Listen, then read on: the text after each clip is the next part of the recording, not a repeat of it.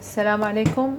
اليوم راح نسوي كعك العيد او ما يسمى بقراص العيد في سوريا، وراح اسوي قدامكم هلا مقدار واحد فقط. انا بالعاده بعمل مقدارين اللي هن 6 كيلو، راح اعمل مقدار واحد اللي هو 3 كيلو، ونشوف كل واحد شو مستلزمات. 3 كيلو مبدئيا انا حاطه طحين مخلوط، كيليين ابيض وكيلو اسمر. يعني انا دائما بحب الطحين الاسمر يكون مخلوط مع الابيض، ما بحب الابيض لحاله بيطلع حتى اطيب. وشوفوا شو راح احط ل 3 كيلو. راح احط مقدار 3 ملاعق بهارات الكعك اللي هي انا طحنتها هلا على ايدي، اللي هي شومر ويانسون ومحلب، طحنتهم مع المطحنة مع بعض فشكلوا لي بهارات الكعك. ومطلوب مني كمان اني احط حبة السودة او حبة البركة، انت بتحدد الكمية. سمسم معلقتين 3 كمان،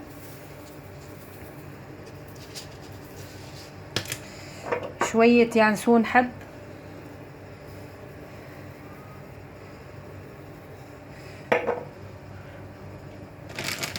وشوية شمرة حب.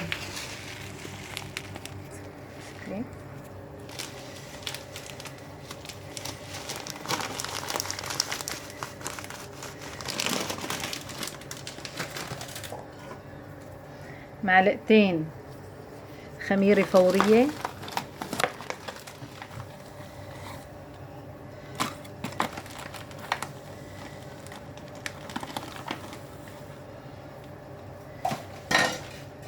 ومعلقة بيكنج باودر، معلقة. هاي المكونات الجافة اللي حطيتها راح اخلطهم منيح مع بعض. طبعا فيني احط كمان رشة ملح بسيطة،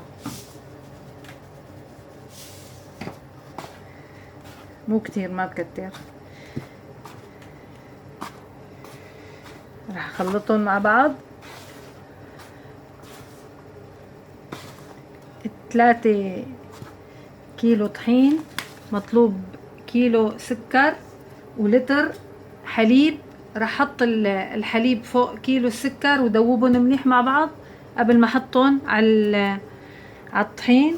ومطلوب مني كمان كيلو سمنة سايحة فاترة مو سخنة، فطرتها تفتير.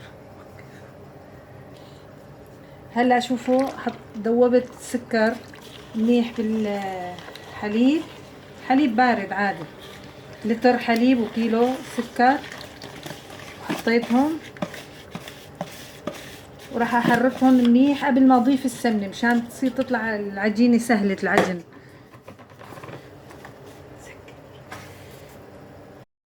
وهلا مثل ما شايفين حركت العجينه منيح مع الحليب والسكر. هلا راح اسوي هيك جوره بالنص وضيف السمنه كاخر مرحله قبل العجن، وبضل اعجنها كويس لحد ما تصير جاهزه، وبتركها تتخمر نص ساعه واكثر. هاي العجينة نعجناها وصارت جاهزة. راح اتركها من نص ساعة لساعة حسب ما هيك فضاتك وهذا، وبعدين راح ابدأ بالشغل. هلا بعد ما ارتاحت العجينة صارت جاهزة لاني شكلها. راح احتاج لشوبك، وراح اجيب اي شيء بتقطعي فيه او الاشكال اللي بدك تقطعي فيها، مو اكتر يعني نص سنتي او اقل من نص سنتي. خلي سماكة العجينة قبل ما تقطعي. انا راح اقطع كله نفس الحجم بطبقة الابريق، غطا الابريق. وراح احتاج لمنقش، اذا ما توفر عندك هذا متوفر بسوريا ما بعرف، اذا فيكي تستخدمي الشوكة. هلا فردت العجينة، شوفوا شلون راح اقطعها.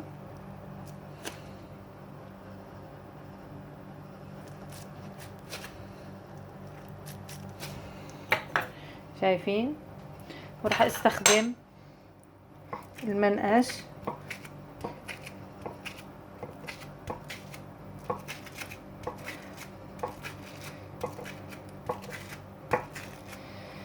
وشوفوا ممكن اذا ما متوفرة بنعمل بالشوكة. وراح احطها بصينية انا داهنتها بشوية زيت.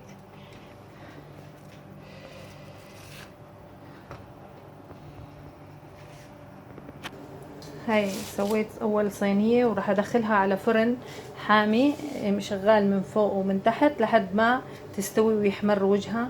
في ناس بحبوه اشقر، في ناس بحبوه، انا بحبه ما الا الاحمرار اكتر. وعلى فكرة الكعك اطيب اذا مستوي اكتر من اذا كان اشقر. هلا مثل ما شايفين استوت كم صينية. قلت اورجيكم الشكل النهائي للكعك. ولو تشوفوا تشموا ريحة البيت يعني كتير كتير حاسين بأجواء العيد حتى لو نحن بالغربة. الحمد لله رب العالمين. وإن شاء الله تكون عجبتكم الطريقة. كل عام وانتم بخير. كانت معكم أم مصطفى.